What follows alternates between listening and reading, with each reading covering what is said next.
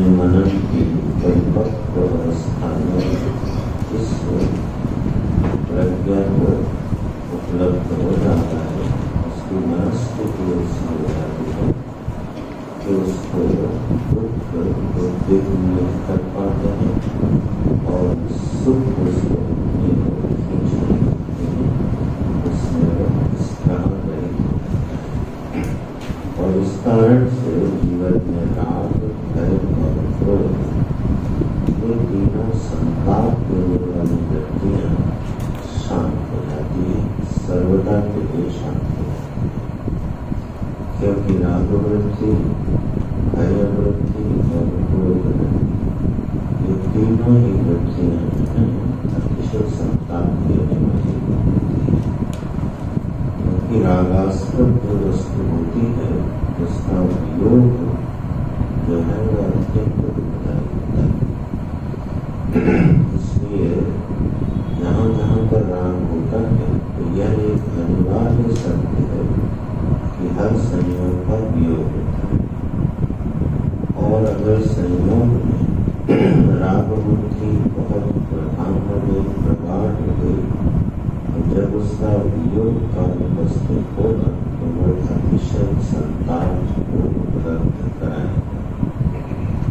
इस सच्चाई को ध्यान में रखते हुए जो इस मुनि है, मननशील मुनि, वह इस निश्चय पर पहुंच जाता है कि राग जो है वह संताप का कारण बनता है। तो इस तरह से वह राग वृत्ति से, फिर भय वृत्ति से, फिर अनावश्यक क्रोधादि वृत्तियों से वह अपने को अलग कर लेता है। यह योग है, यह वृत्तियां ही उससे अलग हो जाती हैं, जो उसको संतप्त नहीं करती।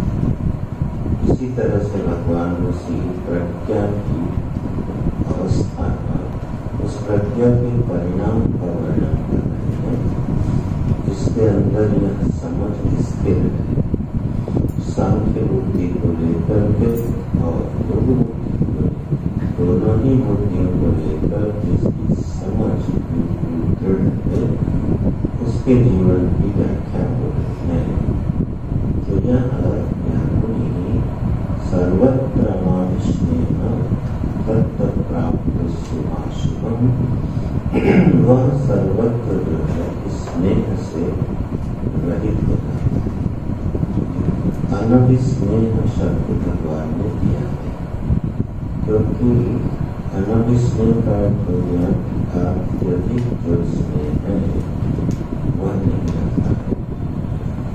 स्नेह नहीं रखता है ऐसी बात नहीं, क्योंकि ऐसा मननशील मुनि यानी वह करुणा और स्नेह के साथ संयुक्त माना उसके हृदय में स्नेह वृत्ति, करुणा वृत्ति जो उपकारार्थ है, जो लोगों का कल्याण करने वाली वृत्ति है, उससे वह वंचित नहीं होता। स्नेह जो है वह उसकी दृष्टि में रहता है। इसलिए कोई भी महापुरुष जो होता है, जो यह सांख्य बुद्धि को धारण करने वाला होता है, यद्यपि वह कहीं आसक्त नहीं होता, लेकिन पूरी सृष्टि को स्नेहमयी दृष्टि से ही देखता है। दृष्टि में स्नेह का पैदा होता है। स्नेह माने होता है चिकनाई। स्नेहत्व धर्म है, वो धर्म का जो घी होता है वो स्नेह होता है। स्नेह माने होता है चिकनाई। तो जो स्नेह है दृष्टि में, वह तभी उपलब्ध होता है जब दृष्टि राग और द्वेष से शून्य होकर दर्शन करे। जब राग से दर्शन करती है जगत का तो आसक्ति हो जाती है, जब द्वेष से दर्शन करती है तो तृष्णा हो जाती है। लेकिन ऐसी दृष्टि जो राग और द्वेष से शून्य है वह स्नेह नहीं होता। तो उसकी दृष्टि में न एक प्रेम होता है, एक करुणा होती है, एक निर्ममता होती है। वह सभी को अपना बनाने की सामर्थ्य रखता है, क्योंकि उसका व्यक्तिगत रूप से अपना कोई नहीं। यह देह भी अब उसको अपनी व्यक्तिगत संपदा नहीं दिखाई देती और इसी कारण से फिर वह परिणाम हो जाता है। जैसे गगन मंडल में भगवान भास्कर होते हैं तो वह बिना राग द्वेष के सबको प्रकाशित करते हैं। चंद्रोदय जो होता है तो उसकी शीतल रश्मियां पूरी वनस्पति को सींचती हैं, अमृत रस से सिंचित करते हैं। तो वह चंद्र ये नहीं सोचता है कि इसमें कुछ ऐसी औषधियां हैं जो जहरीली भी हैं, विनाशकारी भी हैं, दुखद भी हैं, तो हम इनको न सिंचित करें। यह चंद्रमा ऐसा नहीं करता है। वह स्वभाव से उदित होता है और समस्त वनस्पतियों को अपने रस से सींच देता है। उसकी दृष्टि में कोई राग नहीं है, उसकी दृष्टि में कोई द्वेष नहीं होता। तो इस तरह से पूरी पंचभूतात्मक प्रकृति और भगवान की जितनी विभूतियां हैं उनमें यह गुण दिखाई देता है। इसी तरह से जो ज्ञानी है, जिसको बोध हो गया है, और उसको व्यक्तिगत रूप से अपना कुछ नहीं दिखाई देता। अपना शरीर और अपना मन ही उसको व्यक्तिगत नहीं दिखाई देता। जगत के पदार्थों की बात है, जहाँ पर प्रगाढ़ रूप से हमारी अहम बुद्धि होती है, ज्ञानी की वहाँ पर अहम और मन दोनों बुद्धियों का निवारण हो जाता है। ये बड़ा कोई अद्भुत व्यक्ति है जो इस प्रज्ञा को धारण करके इस जगत में रहता है। सर्वत्र अनविष्य कहीं श्राद्ध नहीं करता, अत्यधिक स्नेह नहीं करता, सामान्य स्नेह सभी को प्रति रहता है और तत्त प्राप्त शुभाशुभ जीवन में कभी कोई शुभ परिस्थिति आवेगी तो नाम अभिनंदन, कोई अशुभ परिस्थिति आवेगी तो नाम तो अशुभ का प्रतिकार नहीं करता, उसे द्वेष नहीं करता, प्रतिकार करता, द्वेष नहीं करता और शुभ परिस्थिति आने पर उसका अभिनंदन नहीं करता, स्वागत नहीं करता।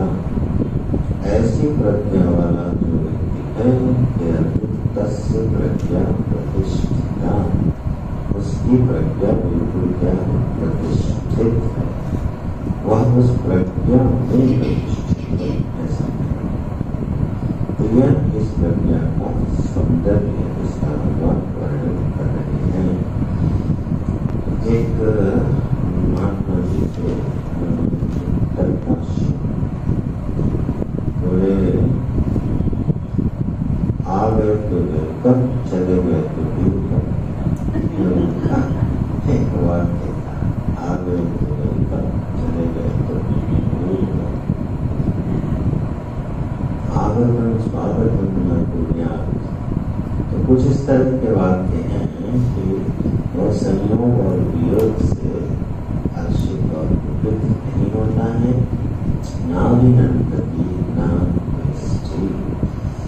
इस तरह से उसकी प्रज्ञा है और इस प्रज्ञा की जो प्राप्ति है उसमें संयम का भगवान थोड़ा उल्लेख कर देते हैं कि यदा संहते चायं कूर्मो अंगानीव सर्वशः अयं कूर्मः अंगानीव सर्वशः यदा संहते। इस तरह से कूर्म होता है, कूर्म एक अच्छा शब्द, तो कच्छप जिस तरह से अपने अंगों को सब तरफ से सिकोड़ लेता है, संहार कर देता है समस्त अंगों का और अपने शरीर में सुरक्षित और शांत होकर के बैठा रहता है। ये जो कच्छप है यह आप लोगों ने ध्यान दिया होगा कि प्राय मंदिरों के बाहर एक कच्छप की मूर्ति रहती है। तो उसका संकेत ये है कि अब हम भगवान के मंदिर में जा रहे हैं, तो क्या करें, सारी इंद्रियों को समेट लें। इंद्रिय विषय चिंतन के लिए मंदिर में नहीं जा रहे, उनको समेट के और अपने मन को भगवान के संदर्भ में, उनकी विभूति में, प्रार्थना में संलग्न करें।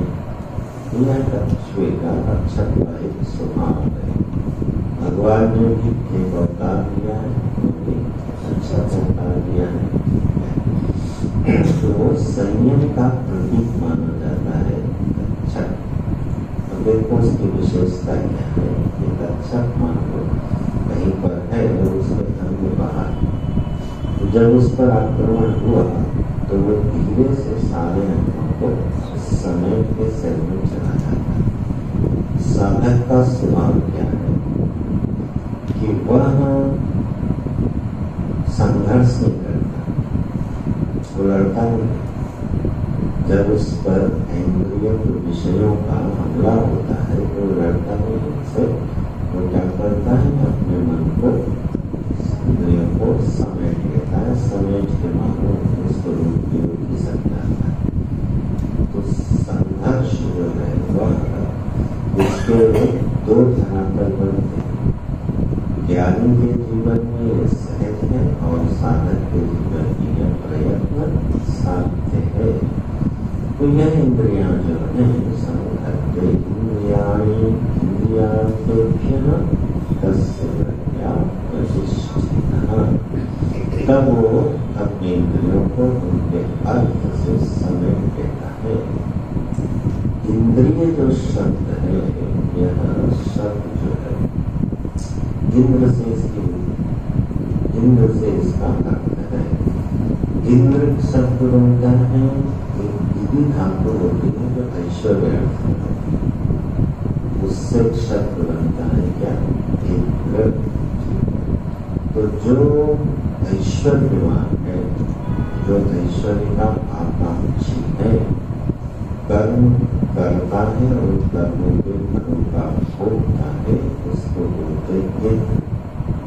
और इसलिए फिर उसी से बना क्या, इंद्रिय। जिस तरह इंद्र ऐश्वर्य भोग का विनाशी होता है, उसी तरह से इंद्रियां अपने विषयों की अविनाशी होती है। इंद्र शरीर के किस अंग में देवता है,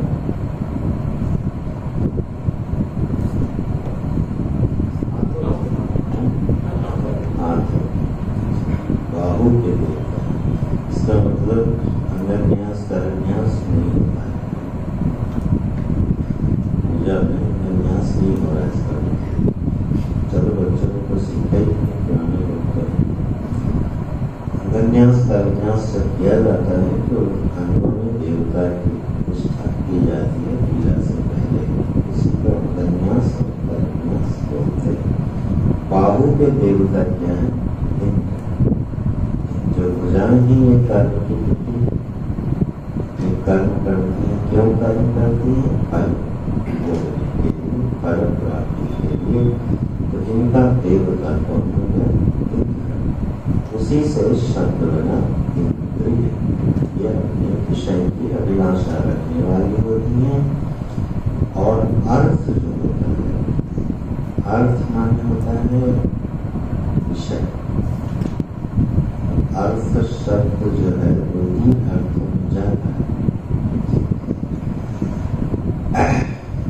अर्थ शब्द का भी अर्थ होता है। अर्थ शब्द का अर्थ बताओ है, जब अर्थ का भी अर्थ बताओ। एक शब्द आपने सुना होगा, पुरुषार्थ। बड़ा प्रसिद्ध शब्द है पुरुषार्थ। पुरुषार्थ का अर्थ होता है पुरुषेहि अर्थ्यते प्रार्थ्यते इति पुरुषार्थ है। पुरुष के द्वारा जो चाहा जाए उसको क्या बोलते हैं, पुरुषार्थ। अर्थ माने हो गया चाहना। तो इंद्रियां किसको चाहती हैं, अपने विषय को। इसलिए क्या होगा उसके विषय, अर्थ। नेत्र इंद्रिय का विषय क्या हो गया, अर्थ रूप हो गया। कर्णेंद्रिय का अर्थ क्या हो गया? शब्द हो गया। तो इस तरह से इंद्रियों के जो अर्थ है माने विषय है वह उनकी ओर दौड़ती है, संबद्ध होती है। और अर्थ शब्द हम लोग धन के ये भी बोलते हैं, इसी से शब्द बन गया आर्थिक। आर्थिक परिस्थिति कैसी है व्यक्ति की, देश। अर्थ माने क्या होता है? धन। अर्थ शब्द धन के रूप में किस तरह से प्रयुक्त होता है? उस समय जो अर्थ शब्द जिस धातु से निष्पन्न होता है उसका अर्थ होता है चलना, चलते रहना। तो धन का क्या स्वभाव है? चलते रहना। इसीलिए धन को भी संस्कृत में क्या कहा? अर्थ। ये ठहरता नहीं है। और जब इसको पुराणों में कहा गया तो कहा गया लक्ष्मी जी। लक्ष्मी जी के लिए कहा क्या कहा गया? ये बड़ी चंचला होती, ये कभी ठहरती नहीं। तो जो कभी ठहरता नहीं है, रुकता नहीं है, वो है अर्थ। सरकता ही रहता है, चलता ही रहता है। इसको जिसने रोकने की कोशिश की वो मुसीबतें में पड़ता है। ये ठहरती ही नहीं, ये प्रवाह में रहती है। तो बस प्रवाह में रहे और उसका उपयोग होता रहे। अच्छा, तो अर्थ माने हो गया विषय और इंद्रिय माने हो गया उस विषय का ज्ञान प्राप्त करने का साधन। तो इंद्रियाणि इंद्रियार्थेभ्यः पूर्वोंगानि सर्वशा संहरते। जो किस बात के लिए समर्थ है? किस बात के लिए? जब चाहे तब अपनी इंद्रियों को वापस लौटा दे और जब चाहे तब अपनी इंद्रियों का प्रयोग कर। इसकी प्रक्रिया क्या है? माने वह इंद्रियों और उसके विषय के अधीन नहीं होता। उसकी इंद्रियां विषय का ग्रहण नहीं करती हैं, ये अर्थ नहीं है। क्योंकि कछुआ अपने अंगों को बाहर भी निकालता है और भीतर भी समेटता है। ऐसा नहीं कि भीतर समेटे बैठे रहता है, बाहर भी निकालता है। लेकिन जो समझदार माने जिसकी प्रज्ञा जरा मजबूत है वो क्या करेगा? अपनी इच्छा के अनुसार इंद्रियों को विषय में प्रयुक्त करने में समर्थ होगा। और जिसकी प्रज्ञा दृढ़ नहीं है इसमें इंद्रियां को बस अपने विषय की ओर खींचने में समर्थ होगी। इतना अंतर है। तो विषय में इतना बल आ जाता है कि वह प्रज्ञा का ग्रहण करके खींच ले जाता है। ये अज्ञान जो समझदार नहीं है और विज्ञानी है वो बिल्कुल वेल कंट्रोल। जब उसको जरूरत महसूस होगी, लगेगा ऐसा होना चाहिए, तब वह उस विषय को अलाउ करेगा। और जब लगेगा नहीं होना चाहिए तो अलाउ नहीं करेगा। देखो इतनी फ्रीडम, असली स्वतंत्रता ये है। ऐसे स्विच होता है, प्रकाश चाहिए तो स्विच जला देना, अंधेरा चाहिए तो स्विच। जब विषय की आवश्यकता है तो प्रयोग करते हैं, जब विषय की आवश्यकता नहीं है तो छोड़ देते। शायद आगे हम आगे आएगा किसी अध्याय में कि इंद्रियों को बाहर से तो वो समेट देता है, लेकिन बैठकर विषय का चिंतन करता है। उसको क्या मानोगे? मिथ्याचारं सर्वनिषेधे। तो मिथ्याचारी कौन? जो इंद्रियों को विषय से समेट देता है और फिर बैठ कर विषय का ही चिंतन करता है। वह साधना का सही स्वरूप नहीं जानता है। इस तरह से ज्ञानी की जो स्थिति है इंद्रियों के संबंध में वह है कि वह प्रयोग होता है, भगवान के जीवन में जब आप देखेंगे अवतार काल में महापुरुषों के सानिध्य में रहेंगे तो भी आपको ये दिखेगा कि यह एक संभावित और यह संभावित कार्य संभव होने वाली स्थिति है। अब इसी विषय में भगवान थोड़ा अंतरंग में अगले श्लोक में बोलते हैं, ध्यान से सुनना। विषयाः विनिवर्तन्ते निराहारस्य देहिनः। विषयाः विनिवर्तन्ते, विषय जो है उसको छोड़ के चले जाते। निराहारस्य देहिनः, जो इस देह का स्वामी है, देही है, ठीक है। और निराहार माने जब वो अपनी इंद्रियों का संयम करता है तो ज्ञानी की स्थिति में न ज्ञान, विषय ही उसको छोड़ के चलेगा। वो विषय को छोड़ने का प्रयत्न नहीं कर रहा है। यह श्लोक कम से कम 6 बार, 6 या उससे अधिक बार हमने गलत बताया और हर बार डांट खाने के बाद सही पकड़ बनाया। बार बार भूल जाता था। ये क्या होता था भाई, जो साधक है और क्या करता है, विषयों से अपने को हटा लेता है। यही क्या करता है, विषय से अपने को हटाता है। यह अर्थ ही नहीं है। विनिवर्तन्ते, जो क्रिया है उसका करता यहाँ देही नहीं है। क्या है, विषयाः। विषयाः विनिवर्तन्ते, विषय ही उसको छोड़ के चले जाते हैं।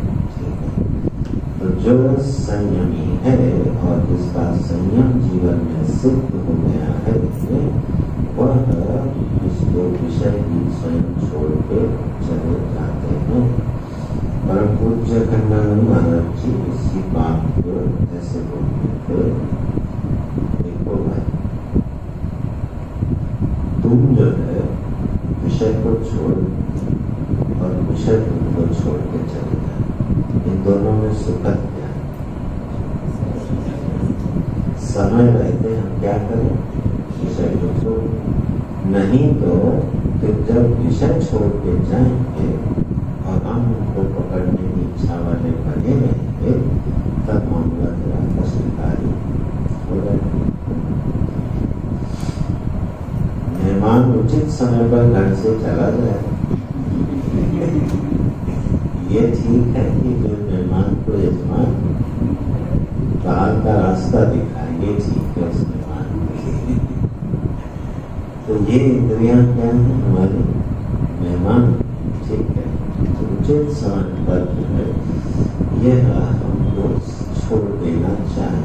ये तो साधक की बात, ज्ञानी की स्थिति है। जब विषय उसके पास आते तो क्या, अरे गलत जगह आ गए, यहाँ तो हमारा कोई काम नहीं, तो प्रतीक्षा करते रहते हैं कि हमको कब बुलाएंगे। जब जरूरत पड़ेगी तो उनको बुलाएगा, तो सारे प्रतीक्षा में बैठे रहते हैं। सिर्फ विषय ही नहीं, पूरी प्रकृति इस प्रतीक्षा में खड़ी रहती है कि ये कब हमको बुला के और हमारा उपयोग करेंगे। और यह आप देख सकते हैं जीवन में, अपने भी जीवन में दिख जाए तो बहुत अच्छा है। महापुरुषों के जीवन में ध्यान देता है कि विषय प्रतीक्षा करते हैं कि हमको कब बुलाया। जैसे गुरु होते हैं तो बहुत सारे शिष्य होते हैं, तो हर शिष्य क्या प्रतीक्षा करता है, हमें कब सेवा का अवसर दिया जाएगा। और जो व्यक्ति भोगार्थ होता है, ना समझी का जीवन जीता है, कब क्या होता है, ठीक उल्टा होता है। वो पकड़ पकड़ के सबको बुलाता है और सब भाग भाग जाते हैं, कोई आते ही। पूरी की पूरी जो प्रकृति है, वह प्रकृति नतमस्तक होकर के प्रतीक्षा में खड़ी हो जाती है कि कब हमको सेवा का अवसर दिया पहुंचा। भरद्वाज ऋषि जब प्रयागराज में है ना, और जब पहुंची भरत जी की सेना और उन्होंने निमंत्रण दे दिया कि आगे सबका निमंत्रण है, आज यहीं ठहरिए, और बाद में देखा कि बढ़िया में कहा ठहरे नहीं सकते, तो सारी विधियां सिद्धियां हाथ जोड़कर बसते आज्ञा दीजिए। अब देखो वो तो एक तपस्वी की भांति रह गए, लेकिन सारी सिद्धियां कहाँ है? सेवा में। यही भगवान के जीवन में लिखता है, ऋषि के जीवन में लिखता है, महापुरुषों के जीवन में लिखता है, इसमें कितनी स्वतंत्रता है और कितना सुख है। उसी बात का भगवान यहाँ थोड़ा ध्यान रहा है। विषयानिवर्तन्ते, जो ऐसा संयमी व्यक्ति है उसके जीवन से विषय चले जाते। साधक के संदर्भ में नीचे वाली जो पंक्ति है, रसवर्जम रसोप्यस्य परम दृष्ट्वा निवर्तते। मानव साधक है जो भी यत्न करना, प्रयत्न करना है और अपने अंतर अपने इंद्रियों को अनुकूल विषय देना है, प्रतिकूल विषय से अपने को उपराम रखता है और उसमें सफल हो जाता है। निराहार से सफल हो गया उसमें। अब वो विषय उसको छोड़कर चले गए। क्यों? अब वो किसी विषय का उपयोग दुरुपयोग नहीं करता है, तो सारे विषय हम उसको छोड़ के चले गए। लेकिन एक चीज छोड़ के नहीं जाते, उसका नाम है रस। जगत में जो रस बुद्धि है, विषय में जो रस बुद्धि है, वह अभी इस साधन को छोड़ के जाती। तो यह एक ऐसी स्थिति का भगवान ने वर्णन किया जहां पर साधक का संयम सिद्ध हो गया, वो बिल्कुल अब विषय का चिंतन भी नहीं करता है, विषय की आवश्यकता का भी अनुभव नहीं करता है। लेकिन वो जरूरी नहीं है कि उसके चित्त में विषय की स्फुरना ना हो। किसी काल में ऐसा हो सकता है कि फिर से उसको विषय की स्फुरना होने लगे। क्यों ऐसा होता है? क्योंकि रस वर्जन रसोप्यस्य परम दृष्ट्वा निवर्तते। जब तक परमात्मा का साक्षात्कार नहीं हो जाता, तावत पर्यंत विषय की रस बुद्धि नष्ट हो जाए, भगवान से सावधान नहीं। जब तक जगत असत होकर आत्मस्वरूप अधिष्ठान आत्मा में रसरूप परमात्मा की प्राप्ति नहीं हो जाती, तब तक इस बात की संभावना से इनकार नहीं किया जा सकता कि अंदर जो छिपे हुए रस हैं विषयानुभूति के, वो प्रकट होकर अपना काम करते हैं। जो गहन साधक हैं उनको इस बात का बड़ा ख्याल रखना पड़ता है। गोस्वामी जी ने जब प्रार्थना करी और ये घोषणा कर दी कि मुझे विषयों की कोई स्पृहा नहीं, मानस में विषयों की मुझे कोई स्पृहा प्रभु, सत्य बोल रहा हूँ, मुझे कोई विषय की इच्छा नहीं है। और फिर डर गए और उनको लगा कि मैं बड़ी घोषणा कर दी। फिर क्या कहते हैं? अहमादि दोष है गुरु। भगवान ये जो दोष है जरा इनसे हमको बचाते हैं। भगवान मुस्कुराए और पूछा, अभी तो तुम बोले थे नान्यस्पृहा, मुझे आपको छोड़ के कोई स्पृहा नहीं है। बोले प्रभु आपकी माया पर कोई भरोसा नहीं, आपकी माया का कोई भरोसा नहीं है। ये कब जो है अंकुरित हो जाए, इसलिए इस सत्य पर मेरा भगवान ने थोड़ा ध्यान। यद्यपि व्यक्ति संयमी हो चुका है, निराहार हो कुछ न है, लेकिन रस जो प्रीति की बुद्धि है जगत में, वो शायद नहीं पड़ी। जगत में जो प्रीति की बुद्धि है, जो रस बुद्धि है, वो कभी भी अपने मन को फैला सकती। इसलिए हस्य देहिना यह रस बुद्धि कर जाएगी, बोले परम विश्वास। जब आत्म साक्षात्कार होता है और उसके महानंद या महारस में डूबने लगती है, तब जाके जगत की बुद्धि खत्म होती है। नहीं भैया, भगवान ही देखो सावधान कर रहे हैं, जगत में प्रीति बुद्धि का नाश जो है वो इतना आसान होता नहीं है। रसवर्जन रसोद्यस्य परम रसवा निवर्तते, और किसी भी यततो जपि कौन्तेय पुरुषस्य विपश्चितः इंद्रियाणि प्रमाथीनि हरन्ति रसवं मनः। यत्न करते हुए भी हे कौन्तेय विपश्चितः पुरुषस्य इंद्रियाणि मनः हरन्ति। जो विद्वान है, जो विवेकी है, कितने करुणा पूर्वक सावधान कर। जो विवेकी है, विद्वान है, माने जिसने सत्संगति की प्राप्ति की है, जो शास्त्र का चिंतन करता है, जो जीवन के यथार्थ स्वरूप को सुनता भी है और समझता भी है, और इतना ही नहीं, यत्न भी करता रहता है अपने आप को बचाने का, अपनी प्रज्ञा को सुरक्षित रखने का, वो साधन भी करता है। साधक की बात कर, ऐसा यत्न करने वाला विद्वान साधक भी ये जो प्रमाथीनि इंद्रियाणि हरन्ति, उसके मन को भी क्या करती है, कई बार उड़ा के ले जाती है। इसलिए जरा इस विषय में सावधान रहना चाहिए। क्योंकि ऐसा है, इसलिए तानि सर्वाणि संयम्य युक्त आसीत्।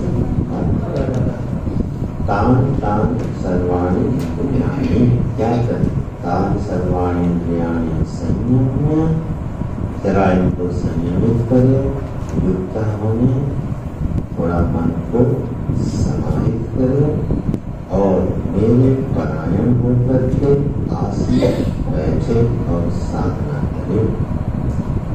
तो ऐसे यस्य इंद्रियाणि की वशे, जिसने अपनी इंद्रियों को अपने अधीन कर लिया है, जो उसी की प्रज्ञा को प्रतिष्ठित मानना चाहिए। दूसरे को ज्ञानी देने का सर्टिफिकेट की बात को छोड़ो, अपने को ही देना हो तो ये सब देना, अपने को ही कभी ज्ञानी हो जाए क्या कि हम बहुत के हैं, वो शास्त्रज्ञ हैं, हर सिद्धांत को जानने वाले हैं, गीता जी भी जानते हैं, वेद परिषद भी जानते हैं, ठीक है, तो फिर क्यों ना अपने को सर्टिफिकेट दे देते, क्या ज्ञानी हम, मैं कौन हूँ, ज्ञानी हूँ, भक्तो हम, भक्तो मैं। भगवान कभी सोच समझ के स्वयं को तो अब किसी उपाधि से जोड़ना ही नहीं चाहिए। अच्छा, उपाधि भी वही शोभा देती जो दूसरे दे, खुद ही अपनी उपाधि दे ले, श्री 1008 बड़ी लंबी लिस्ट होती। भाई किसने दी उपाधि को? एक दिन हम बैठे थे, पंक्ति बना के अपने साथ लगा दी। तो उपाधि हम खुद ही अपने को दे दें तो वो शोभा देगी कि उपहास के बात में। उपाधि जो है वो सम्मान है, वो कहाँ से आना चाहिए? बाहर से आना चाहिए, वो शोभा देगी। दूसरा आपको किसी गुण के कारण, किसी ज्ञान के कारण आपको सम्मानित करे तो शोभा भी होता है। स्वयं उपाधि और खतरनाक है। दूसरे हमको कोई उपाधि दे, इससे बहुत बेहतर है कि ये उपाधि हमको किससे मिल जाए, अंतर्यामी से। यह उपाधि हमको मिल जाए ईश्वर से, उपाधि हमको मिल जाए अपने गुरु से, ब्राह्मणिष्ठ से। ये उपाधि अगर ईश्वर से मिल जाए तो आह्लाद का विषय बनती है। जैसे अम्बरीश को भगवान ने क्या उपाधि दे दी, ये मेरा भक्त। अब वो उपाधि कितनी शोभा देती, भगवान ही जिसको क्या बोलते, ये मेरा भक्त है। भगवान ही किसी को उपाधि दे दे, जैसे उद्धव जी को दे दी, हे उद्धव तुम किसी भी भांति मुझसे न्यून नहीं, भागवत कर जाए। उद्धव जी को सामने बुला के बोलते हैं, उद्धव अपने में कोई अंतर नहीं है, तो किंचित हमसे न्यून नहीं हो। हालांकि ये बात भगवान ने बोली थी, उनके अंदर दिव्य प्रेम का संचार करवाने के लिए। उनको कहाँ भेजा था, वृंदावन। वृंदावन में गोकुल भेजा था, किस लिए, उद्धव जी का ही चयन क्यों किया। जब लाना था कृष्ण जी को तब क्रूर को गया, और जब गोपियों के साथ तो यशोदा जी के साथ संवाद करना था तब किसको भेजा था, उद्धव जी। किसको कहाँ तक भेजना है तो मालिक ही जानते। उद्धव को जो उन्होंने गोकुल भेजा था, उसका मुख्य प्रयोजन जो था वो था उद्धव के हृदय में ये संचार करवा देना कि तुमसे बड़े भी प्रेमी हैं। उनके ज्ञान का तिरस्कार करवाने के लिए उनके हृदय में और दिव्य प्रेम का संचार कराने के लिए भगवान ने उद्धव, और वही हुआ। जब उद्धव जी गए तो सभी गोपियों ने उनको आचार्य की तरह स्वीकार, यानी गुरु की तरह स्वीकार किया, उनकी पूजा की, कृष्ण की तरह पूजा की, और उनसे ज्ञान भी सुना। ऐसा नहीं कि सुना, ज्ञान भी सुना, उसको स्वीकार भी किया। लेकिन जब उनके प्रेम का प्राकट्य हुआ तो उसमें उद्धव जी गए। जब गोपियों ने अपने प्रेम का प्राकट्य हुआ या नहीं हुआ, कृष्ण के प्रति जो उनका एक दिव्य अनुराग था, वह अनुराग जब छिपका और हृदय भूमि में उतरा तो उद्धव जी 6 महीने तक गोकुल में रहे। भगवान ने का संदेश भेजा था लेके आ जाओ, लेकिन 6 महीने तक वो लौटे। भगवान ने बुलाया, तो इतनी देर हो गई संदेशा देने, भेजो इसलिए था। तो वह जो दिव्य अनुराग था उसने ज्ञानी उद्धव के मन को एक नया संदेश दिया, दिव्य प्रेम रस का संदेश दिया। ये देखकर भगवान की करुणा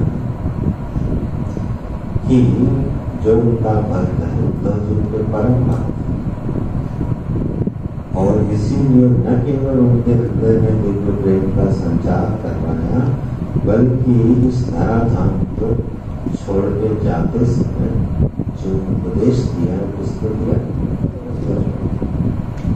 अंतिमोपदेश जो है भगवान का किसको प्राप्त हुआ, ये है समर्पित भक्ति का प्रतिफल जो भगवान की तरफ से प्राप्त होता। तो अगर हम लोगों के मन में कभी शिकायत आती हो कि प्रभु हमारे साथ ऐसा क्यों नहीं होता, तो अभी हम उस लायक बने। जब उस लायक हो जाएंगे तो भगवान की वो सेवा हमको वो काम देने लगेंगे।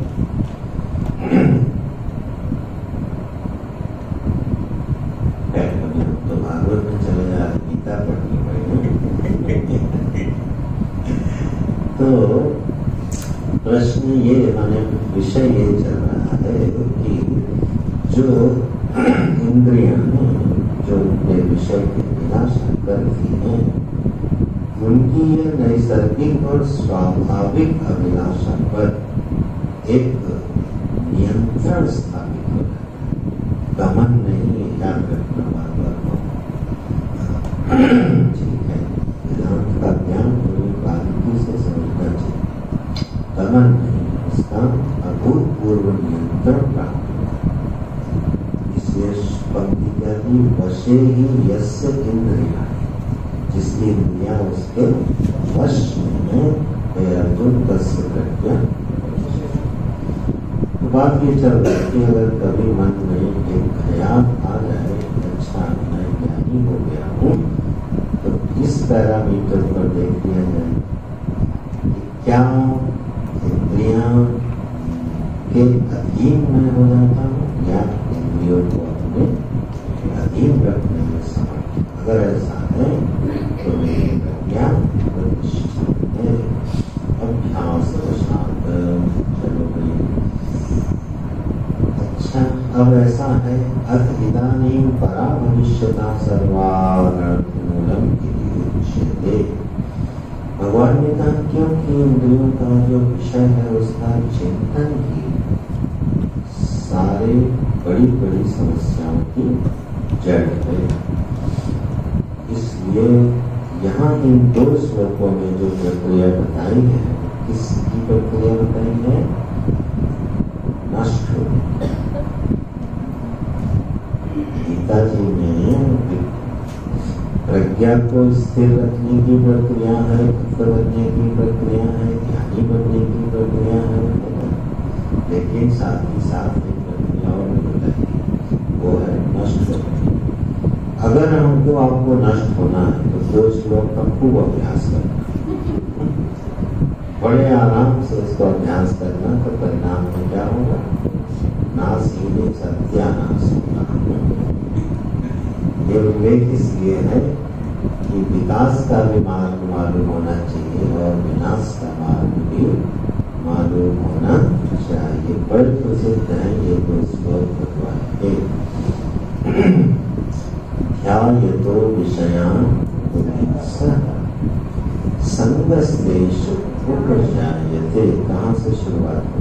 ध्यायतो विषयान्, अपने प्रीतिकर विषय का, जो प्रीतिकर हमारे रुचिकर विषय है, उस विषय का ध्यान माने चिंतन, ज्ञानता माने चिंतन, ध्यान माने चिंतन होता है। तो ध्यान माने चिंतन शुरू हो गया किसका? किसी प्रीतिकर विषय। ये पहला कदम पड़ गया विनाश के मार्ग पर। जब विषय का क्या हुआ? चिंतन शुरू हुआ। एक चीज ध्यान देना, थोड़ी अंतर है, विषय का भोग करना और विषय का चिंतन करना, दोनों में कभी अंतर करके देखना। विषय का भोग या भोग उपयोग कर वो ज्ञानी करता है, और विषय का चिंतन अज्ञानी करता है। अज्ञानी न केवल विषय का किंचित भोग करता है, बल्कि निरंतर उसका चिंतन करना है। ज्ञानी का हृदय कभी विषय का चिंतन नहीं करता, विषय का उपयोग करता है। पहला कदम क्या बढ़ गया? जब किसी प्रीतिकर विषय का मन में चिंतन शुरू हो गया, पहला कदम। तो फिर दूसरा कदम बता रहे हैं, संगस्तेषु उपजायते तेषु विषयेषु। उन विषयों में जिसका चिंतन प्रारंभ हुआ है, उसमें क्या दूसरा कदम क्या पड़ा? संग। माने आसक्ति। याद रखना, संग शब्द माने आसक्ति। अब उस विषय के साथ आसक्ति में जन्म लेगा। ठीक है, आसक्ति का जब उस विषय के साथ जन्म हुआ तो तीसरा कदम आया, संगात संजायते कामना। कामना देखो किस स्टेप पे आया? तीसरे स्टेप पे। इससे पहले 2 दुर्घटना घट चुकी। विषय का चिंतन हो गया और विषय के साथ प्रीति जाग गई, आसक्ति जाग गई, और जैसे ही विषय के साथ आसक्ति जागी उस विषय में क्या है, कामना का रूप ले यह मुझे चाहिए, अब यह विषय मुझे चाहिए।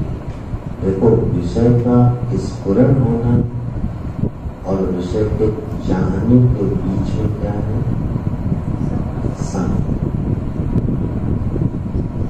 ज्ञानी को नित्य निरंतर साक्षी भाव में रहता है, संग का संग, इसलिए वो कभी खींचता नहीं, जहां चाहेगा वहां खींचे। तो संगस्तेषु उपजायते, अब उसमें आसक्ति के साथ जन्म ले लिया कामना है। कामना का मतलब होता है अब यह वस्तु हमको चाहिए।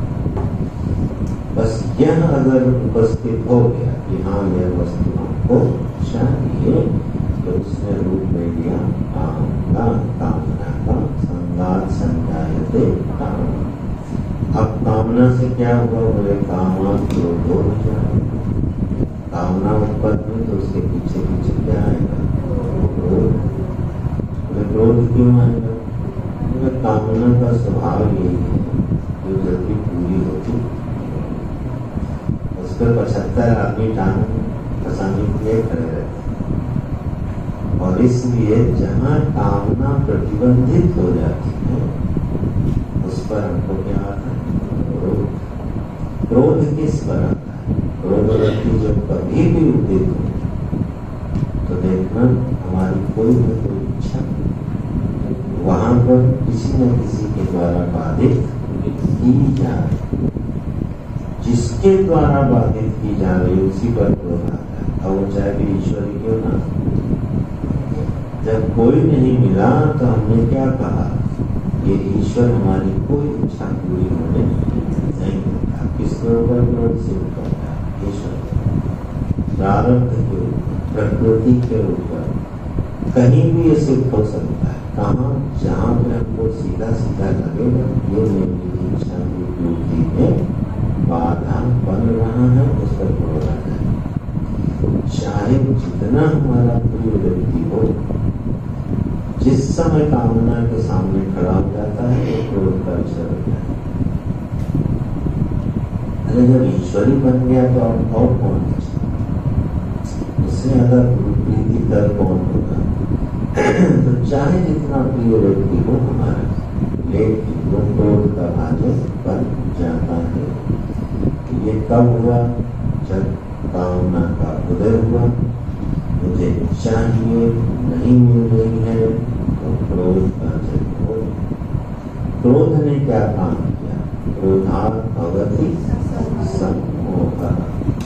क्रोध एक काम करता है कि वह हमारे अंदर एक मोह को उत्पन्न करता, केवल मोह सम्मोह, सम्यक रूप से हमारी विवेक बुद्धि को मूढ़ कर देता है, हरण कर देता है, तब सम्मोहित हो जाती बुद्धि। बुद्धि जब सम्मोहित हो गई, मूढ़ हो गई, ठीक है, तो सम्मोहात् स्मृति एक भ्रम। उस मूढ़ हुई बुद्धि से एक चीज जन्म लेती है कि हमारी स्मृति का नाश हो जाता है, और स्मृति भ्रंशात् बुद्धि नाश। जब हमारी स्मृति नष्ट हो गई तो स्मृति नष्ट होने के बाद बुद्धि का नाश हो गया, और तब जाके क्या हुआ, बुद्धि नाशात्। बुद्धि के नाश को ही भगवान ने क्या कहा, वो नष्ट हो गया। और थोड़ा गति से चल रहे हैं, नहीं तो अटक जाएंगे, अटके रहे हैं। श्लोक समझ में आ गया तो सरल है ना। यह क्रम है नष्ट होने का, कि जब बुद्धि नष्ट हो जाती है। इसको हम किस लेवल पर पकड़ सकते हैं, सबसे पहले लेवल पर जो सावधान है उसको वही पकड़ लेंगे। तीसरे लेवल तक चली गई तो इसको पकड़ना मुश्किल हो जाता। विवेक चूड़ामणि में भगवान भाष्यकार ने बड़ा सुंदर एक रचना बोले, कंदुक माने गेंद जो होती है, आप सीढ़ी के ऊपर खड़े हो और आपने हाथ से गेंद छूट पहली सीढ़ी पर, अगर आपने इसको पकड़ तब तो पकड़ में खुदा ने खास कहा दूसरी तीसरी पे चली गई तब भी संभावना है आप लपक के पकड़, लेकिन अगर दूसरा स्टेप निकल गया उसके बाद उसकी रफ्तार इतनी तेज होती है कि बिल्कुल प्रणश्यति पे जाकर रुकेगी, बिल्कुल धरातल पे जाके गिरेगी के बीच में उसको रोकना संभव नहीं। कहाँ से शुरुआत हो गई? पहले चित्र में किसी प्रीतिकर विषय का स्मरण होते ही अब उस पर चिंतन शुरू हो। यही रोकना बहुत आसान है। अगर उस पर चिंतन ना किया जाए तुरंत वह चिंतन की दिशा बदल विषय का अंतरण हुआ, उस समय बुद्धि के ऊपर अलर्ट सावधान है और निर्णय दे देगी कि नहीं ये विषय अभी उचित चलो। तो अब दूसरा अपना सार्थक चिंतन जो है उसको दे दो, तो वह बहुत आसान। लेकिन उसके बाद हमने उस पर ध्यान नहीं दिया तो धीरे से हम पर बैठ लेते इतना मैंने रुचिकर विषय है, आओ हमारे पास आ सकते हैं और बस फिर जन्म रहे आत्मा ये मुझे मिलना इच्छा और बस जहाँ ये वृत्ति आ गई उसके बाद ही यात्रा शुरू हो जाती है।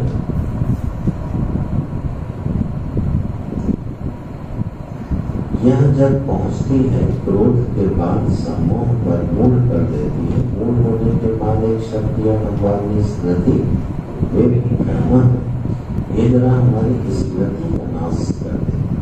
किस स्मृति का नाश कर दे?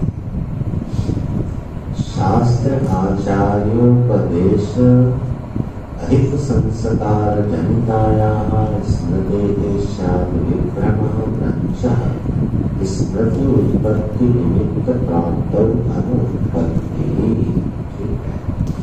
कौन सी है स्मृति नष्ट हो गई? बोले जो शास्त्र की बात सुनी थी, जो गुरुजनों से उपदेश सुने थे, जो आचार्यों से उपदेश सुने थे, उसके अनुसार जो थोड़ी बहुत समझ बनी थी, वहाँ मूल हुई बुद्धि किसका नाश कर देती है? उस स्मृति का नाश कर।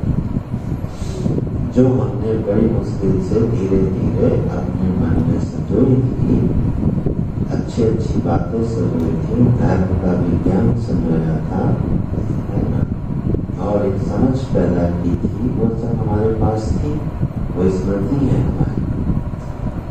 और जब बुद्धि विमूढ़ हो गई तो वो आक्रमण कर देती है हमारी स्मृति को नष्ट। स्मृति नष्ट हो जाने पर भी अभी एक स्टेप रह जाता है। उस नष्ट हुई स्मृति के बाद विषय के प्रभाव से बुद्धि का नाश जरूरी है। मानो बुद्धि को पूरी तरह से स्वीकार कर ले, क्या हाँ इस कामना की पूर्ति अवश्य होनी चाहिए, ये है बुद्धि नाश। इस पूरे इंटरनल सिस्टम में ऑपरेशन किसका हो रहा है? सर अंतःकरण का ऑपरेशन चल रहा है। इस पूरे इंटरनल सिस्टम में ये चीज समझ में आ रही है, जब तक बुद्धि का परमिशन न मिले व्यक्ति की जीवन में क्रिया नहीं हो सकती। इसलिए बुद्धि महत्वपूर्ण। सारी उठक पटक मचाने इंद्रियां मन संस्कार, लेकिन जब तक बुद्धि उसको स्टैंपिंग नहीं करेगी ये अच्छा चलो तो कर, तब तक मनुष्य क्रिया नहीं कर सकता है। मान लो कोई व्यक्ति जो है व्यक्ति डालने जा, यही याद आया जंगल में डाकू हुआ करते थे, बड़े बड़े डाकू। अच्छा, वो डाकू जो है वो किसी परिस्थिति विशेष के कारण डाकू बने, ठीक है, करते वो करते क्या थे, किसी को पकड़े नहीं जाते। एक तो वन में जंगल में जहाँ छिपते थे वहां देवी जी का मंदिर जरूर था, और वो देवी से आज्ञा लेके जाते थे डकैती डालने, और उनको को भेंट पूजा चढ़ाते। दूसरा, जहाँ डकैती डालने जाते थे वहाँ निर्धनों के यहाँ डकैती भी डालते थे, और माताओं के साथ अभद्र व्यवहार नहीं करते, इनकी कुछ मोरल वैल्यूज थी। और फिर प्राप्त जो धन होता था सामंतों से, उसको कई बार निर्धनों और गरीब जनता के हित में उसका उपयोग कर इतना काम करते थे। इसलिए वर्षों कभी पकड़ने अधिदैव का भी सपोर्ट नहीं आता था और अधिभूत का, गांव वाले खबर ही नहीं देते पुलिस। तो ये दृष्टांत इसलिए आया, यह जो डकैती रूपी कर्म है, यह बुद्धि ने क्या किया, उनको स्वीकृति दी, और उन्होंने किस ढंग से इसकी स्वीकृति बनाई, इसका रूप बदल दिया। हम क्या कर रहे हैं, अमीरों को ही तो लूट रहे हैं जिन्होंने दुनिया को लूटा है, ठीक, ये स्मृति ढंग से। और हम कोई गलत काम थोड़ी कर, निर्धनों को थोड़ी सता है, बल्कि निर्धनों को हम मदद कर, और इसके लिए वो देवी जी से परमिशन लेके जाते थे। यह जो उन्होंने काम किया, इसको कभी जस्टिफाई करता है, जस्टिफाई नहीं करना इसको। ये अगर जस्टिफाई होने लगा, जीवन में बहुत सारी चीजें जस्टिफाई हो जाएगी। जानते हो क्या होगा, अधर्म का कवच कौन बन जाएगा, धर्म। आपको लगेगा कि मैंने धर्म का काम किया, लेकिन होगा वो अधर्म। ये घटना माने यह क्रिया वो व्यक्ति क्यों कर पाया, क्योंकि उसकी बुद्धि ने उसको स्वीकार कर लिया। यह हर विषय के साथ, हर क्रिया के साथ जब बुद्धि स्टैंपिंग लगा देती है, तभी पूरा का पूरा कार्यकरण संभाल के उसके अनुसार अपना काम करने लगता है। बहुत दृष्टांत करनी चाहिए। कोई कामना का मन में उदय हुआ और उसने कुछ विकल्प खड़े किए, फिर हमारी बुद्धि ने कहा अच्छा ठीक है यार, चलता है। जैसे मान लो व्यवहार जगत है, अब वहां झूठ बोलने से और झूठ बोले बिना और रिश्वत दिए बिना काम नहीं चलता। अब एक बुद्धि है जो झूठ बोलने के लिए भी तैयार हो जाती है और रिश्वत देने के लिए भी कई बार हमको भी करना पड़ता है। व्यवहार जगत बहुत जटिल होता है। यहाँ अतिशय सिद्धांतवाद जो है कई बार उलझने पैदा, तो उस समय झूठ बोलने के लिए भी बुद्धि तैयार हो गई और रिश्वत आदि देके करप्शन बढ़ाने को भी तैयार हो गई, क्योंकि बुद्धि ने वहां पर यहाँ भाई संभव इस सिस्टम में बिना झूठ और उसके काम चलने वाला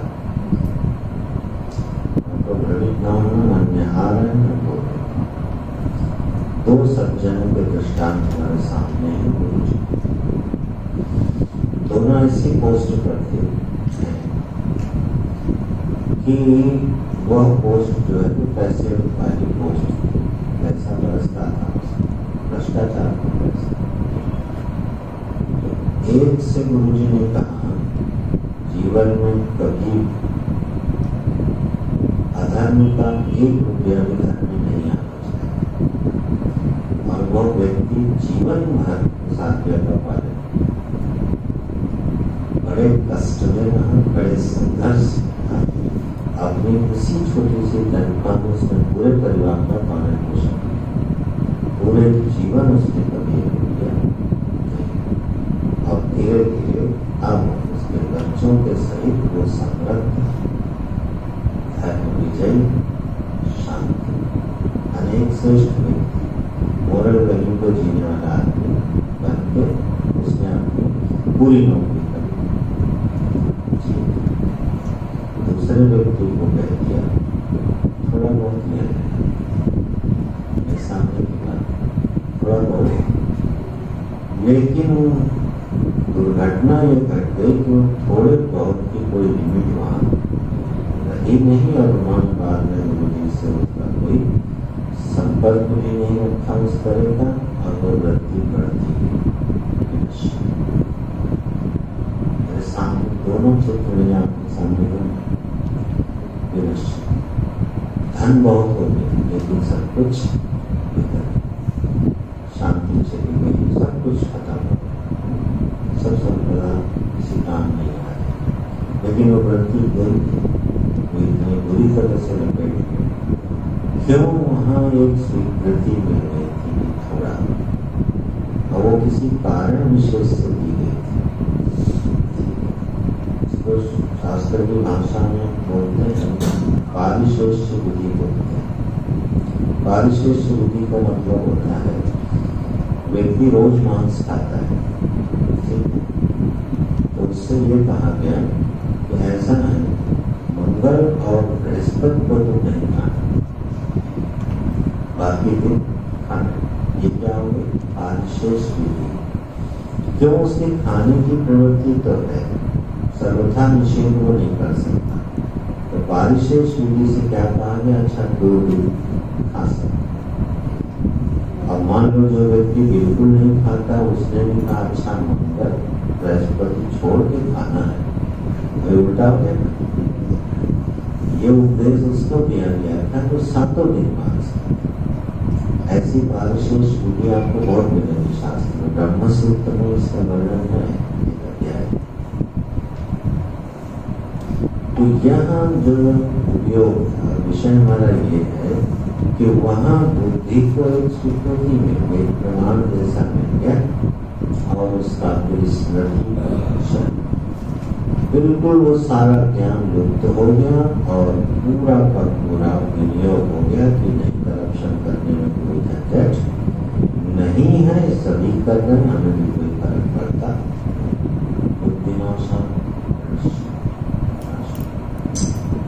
ध्यान दोगे ये श्लोक हम सभी के जीवन में उपयोगी है। जहां पर भी बुद्धि का नाश होने लगे, तुरंत बैठ के मान के देखना शुरू कहां से हो तो मिलेगा ध्यान। तो एक कल्पना करी थी, और उस कल्पना के पीछे चलते चलते कहाँ पहुंच गए? पहुंच गए। तो इस तरह से यहाँ श्लोक जो भगवान ने इंद्रियों के विषय के संदर्भ में बोला है, उसमें बहुत ही नीतिगत संदेश है। भलाई तो इसी में है कि पहले स्टेप पे इसको पकड़ नहीं पकड़ने आए, ठीक है, फुटबॉल की तरह रोल डाउन होकर फिर और धीरे धीरे सम्मोह है। तो 2 स्टेप हैं, एक तो पहला स्टेप है जहाँ पकड़ सकते हैं, और एक आखिरी स्टेप वहां पर भी सावधानी है। जब बुद्धि नाश होने लगे और क्रिया बिल्कुल तय हो जाएगी करनी, पूरा कार्य कारण संभाव बिल्कुल तैयार है कि नहीं अब ये काम हमको करना है, उसी समय कोई धैर्यवान साधक बोलते हैं तो कुछ भी हो जाए हम इसको क्रिया में परिणत होने नहीं देंगे। यद्यपि बड़ा मुश्किल होगा, लेकिन वहां पर भी संभव है। जब स्ट्रिक्टली बोलते हैं क्या नहीं, ये नहीं हो सकता। थोड़ी ही देर बाद कार्यक्रम संध्यात अपनी दिशा में रखेंगे, चुप हो जाएंगे और फिर हमारे साथ आएंगे, बोले अच्छा बताओ कि क्या तब आप संयमता सौंप दो उसको लगा।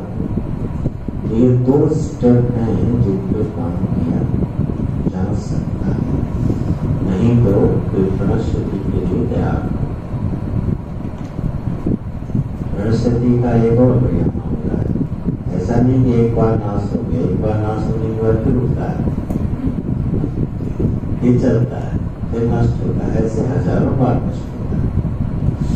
ये तो यात्रा है, एक बार नष्ट हो गया फिर उठ ही नहीं पाया, ऐसा नहीं। उठना भी व्यवस्था है, उठेगा ही, फिर तो उसको फिर उठाए, फिर मौका दे, फिर करोगे, फिर करेगा, फिर गिरेगा, फिर करेगा, फिर गिरेगा, और गिरे गिरे करके भगवान बन जाएगी। इसलिए सर्वानर्थ का मूल भाष्यकार बता रहे हैं क्या ध्यायत विषयान, विषय का चिंतन करना जो है ये अनर्थ का मूल पैदा होता है। इस पर कुछ तथाकथित दार्शनिक है, उन्होंने यहाँ पर गलत संदेश पहुँचाए और जिसके चक्कर में बहुत बड़ा समाज का हिस्सा है। क्या उन्होंने अलाउ किया?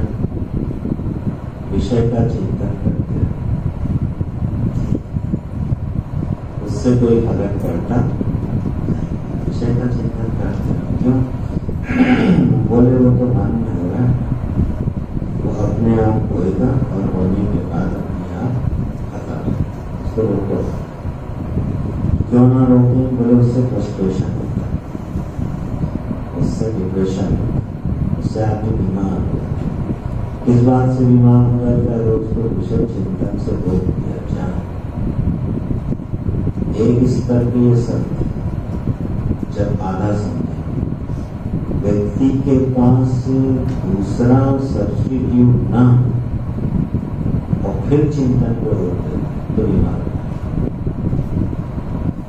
शायद हम कह पा रहे हैं, आप समझ पा रहे हैं, हमारे पास सब्स्टिट्यूट नहीं है। अनादि संस्कारों से जो हृदय में प्रीति के संस्कार हैं वह विषय के रूप में स्फुरित होंगे, उसको कोई रोक नहीं सकता है। और अगर उसको हम दिन भर जबरदस्ती रोकते रहे तो नो डाउट कि हम बीमार पड़ जाएंगे, साइकोलॉजिस्ट के पास जाएंगे। तो उन्होंने कहा क्या क्या अलाउ करो, भगवान अलाउ क्यों नहीं कर रहे हैं? क्योंकि आगे ये बताएंगे कि चिंतन का विषय बदल, चिंतन रोकने की बात नहीं कहते, चिंतन का विषय बदल, ये सामने। जब ऐसे विषय चित्र में आने लगे जिसको बुद्धि सावधान करके वहां पर फिर उसको एंटरटेन नहीं करो, नहीं तो वो विषय कामना में अवश्य बदले। चलो नाम ही रजनीश का नाम सुना है, ओशो का नाम सुना है, जरद जी से कभी कभी चर्चा हुई इस बात, हमने दिया उस फिलॉसफी में क्या है, बड़ी अट्रैक्टिव फिलॉसफी है। क्यों वहां रोकना कुछ है, संयम कुछ करना नहीं, और वो संदेश गलत पकड़ गए, परिणाम जाकर परिणाम केवल निंदा सीखते और अंततोगत ड्रग्स में जाते हैं और विषय के हो गया 90%। एक दर्शन बस पकड़ लिया, क्या विषय को रोकना, और समझाया किस तरह से विषय को रोको मत, उसको साक्षी होना। बात सही कह रहे हैं लेकिन गलत ढंग से कह रहे हैं। विषय का साक्षी व्यक्ति किस विषय का साक्षी बन सकता है? शुभ संकल्पों का साक्षी बहुत देर ठीक रह नहीं सकता। एक सच्चाई इसको देखना पड़ेगा। उठती हुई कामनाओं का बहते हुए विषय चिंतन का कोई बहुत देर साक्षी बना रहे, ऐसा होता नहीं। शुभ चिंतन का साक्षी आप आराम से हो जाओगे, धर्म के साक्षी आसानी से हो जाओगे, अधर्म के साक्षी मिथ्याचार को जन्म देगा, पाखंड को जन्म देगा। ये गलती निकल समाज का बहुत बड़ा वर्ग है, गलत डायरेक्शन में। भगवान से ज्यादा साइकोलॉजी कौन समझेगा? मान की विषय को स्फुरित नहीं होने देना, ये हमारे हाथ में नहीं है। ठीक है, चाहे वो वशिष्ठ जी हो, चाहे विश्वामित्र जी हो, इवन ब्रह्मा जी हो, इसको तो घबराने की बात नहीं है। विषय का स्फुरण ब्रह्मा पर्यंत हो गए, लेकिन उसका चिंतन करके उसमें रस लेना, ये हमारे हाथ ले कि हम इसकी जगह विषय को बदल। और जब हम स्वाभाविक विषय को हटा के शास्त्रीय विषय को पकड़ा देते हैं, अपने मन को बार करने लगते हैं। तो किसी श्लोक पर एक पूर्व पक्ष आया, भगवान ने कहा ध्यान को विषयां साधारण तर्क देखना, कैसे तो तर्क होते। भगवान ने कहा ध्यान को विषयां, विषय का ध्यान करते हैं तो आसक्ति होती। बोले ठीक। बोले अच्छा बताओ, ईश्वर हमारा विषय है कि नहीं है? ईश्वर चिंतन विषय है कि नहीं है? अब इसको घटेगा। ईश्वर का चिंतन करो। बोले बहुत बढ़िया, क्या होगा? ईश्वर से आसक्ति होगी, बहुत अच्छा है। फिर ईश्वर को पाने की कामना हो, यहाँ तक पहुंचे। उस कामना में जो बाधा बनेगा उसके ऊपर क्रोध भी आ सकता है, यहाँ तक भी ठीक है। लेकिन वो क्रोध सम्मोहित करके बुद्धि को स्मृति नाश करके क्या बुद्धि का नाश करेगा? श्लोक तो गलत है, पूरे अर्थ में तो सिद्ध नहीं बनते, क्योंकि शब्द है विषयान। अरे भैया, इसलिए विषयान के दो विभाग है, धर्म विषयान, अधर्म विषयान। जब धर्म विषयान चिंतन होगा, तब जो है वो प्रणश्यति की ओर नहीं जाएगा, योग बुद्धि की ओर जाएगा, भगवत भक्ति की ओर जाएगा, समझ की ओर जाएगा, प्रेम की ओर जाएगा, दिव्यता की ओर जाएगा। विषय को मन में रखना, ये हमारी विवशता है। ठीक है, चाहे आत्मज्ञान चाहे दर्शन, चित्त में विषय का होना, ये मनुष्य की विवशता है। इसके बिना बात बनने वाली, मन ये संभव नहीं है, असंभव बात। चित्त में विषय न, मान लो जागृत अवस्था आए, चित्त में विषय न हो सकता है। विषय नहीं होने तो कोई पत्थर हो गया, तो एक जड़वत हो गया। कुछ लोग जब ये प्रयत्न करते हैं हम चित्त में विषय कोई नहीं आने देते, तो 4-10 मिनट का अभ्यास अनुभव नहीं। चित्त जो विषय का होता है, जब उसको विषय आत्मा दी जाती है, जब उसको विषय अधिष्ठान दिया जाता है, जब हम इस बात को चिंतन करना शुरू कर देते हैं, क्या प्रतीति का विषय क्या है और आश्रय क्या है? मैं हूँ, मेरा स्वरूप है। अभी ये विषय है कि नहीं? चिंतन का विषय ही तो है, लेकिन यह चिंतन का विषय कहाँ ले जाएगा? निर्विशेष अधिष्ठान आत्मा के बोध। हमने जब धर्म रूपी विषय का जब चिंतन किया तो हमको क्या बना दे? हमको युधिष्ठिर बना दे। जब हम धर्म का चिंतन करेंगे तो किधर पहुंचे? युधिष्ठिर पहुंचे, विदुर पहुंचे। तो यह एक फैक्ट है, इसको मन में रखना। हमेशा कार्यकरण संघात अपने विषय के साथ होगा। नेत्र है रूप का दर्शन, कान है शब्द का श्रवण, जिह्वा है वाणी का प्रयोग होगा और भिन्न भिन्न प्रकार के रसों का उपयोग होगा। इसको कोई रोक नहीं सकता, संभव नहीं। तरीका क्या निकालना है? तरीका ये निकालना है किस उपाधि से उपहित होकर के हम किस धरातल पर हैं और वहाँ मुझे क्या चिंतन करना चाहिए। जो व्यक्ति अपने जीवन में चिंतन के विषय को ठीक कर लेता है उसको प्रगति होती है। अब एक विद्यार्थी है और जिसको इंजीनियर बनना है, उसके चित्र में कौन सा विषय आना चाहिए? इंजीनियरिंग। ठीक। और पढ़ ले गीता ध्यान को विषय कौन सा नष्ट होगा? उस विद्यार्थी की प्रगति का मार्ग क्या है? वह अपने चित्त में क्या विषय है? इंजीनियरिंग का विषय। तो हर व्यक्ति अपनी अपनी उपाधि के अनुसार उसको निश्चित होता है। शास्त्र में सबकी व्याख्या है कि उसको कौन सा विषय देना चाहिए। एक आचार्य को शास्त्र का विषय देना चाहिए, एक कर्मी को अपने कर्म का विषय देना चाहिए। सबके विषय बटे। इस तरह से जब विषय का विभाग करने में हम सफल हो जाते हैं तो हमारी प्रगति होती है, और जब विषय का विभाग नहीं करते हैं तब मामला उलट जाता है।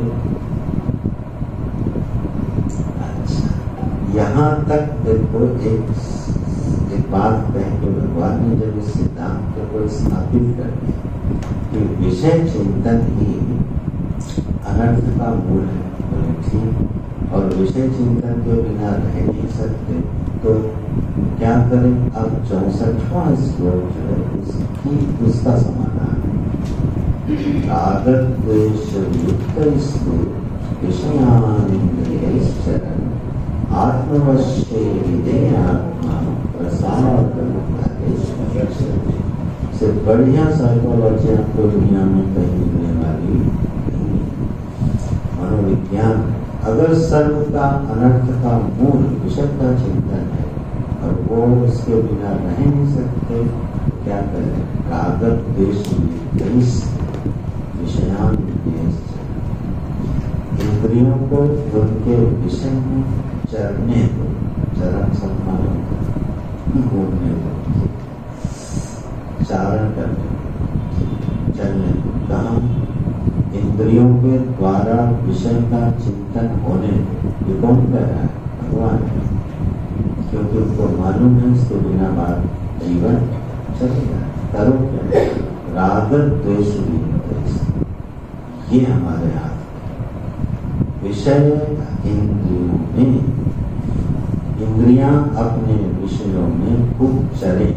इंद्रिय ही विषयान चरण, चरने दो, यहाँ रोक लगाई नहीं। लेकिन रागत द्वेष युक्त है, वहाँ एक चीज रोकी जा सकती है, राग और द्वेष। ये ऑपरेशनल एरिया यहाँ काम करो। अगर इतना हम कर ले जाए तो जरा भगवान की घोषणा सुनो। आत्मवश्य ही विधेयात्मा प्रसाद अधिक। इस तरह से अपने वश में की हुई इंद्रियों का रागत द्वेष से हटा के उपयोग करने वाला व्यक्ति प्रसादम अधिक गच्छति, उसको बड़ी आनंद की प्राप्ति। भाष्यकार लिखते हैं प्रसाद प्रसन्नता स्वास्थ्य, उसको स्वास्थ्य की प्राप्ति हो जाती है। कल थोड़ा इस पर विस्तार करते हैं। एक महत्वपूर्ण श्लोक है और कल संभव है जहाँ पर ऑपरेशन होना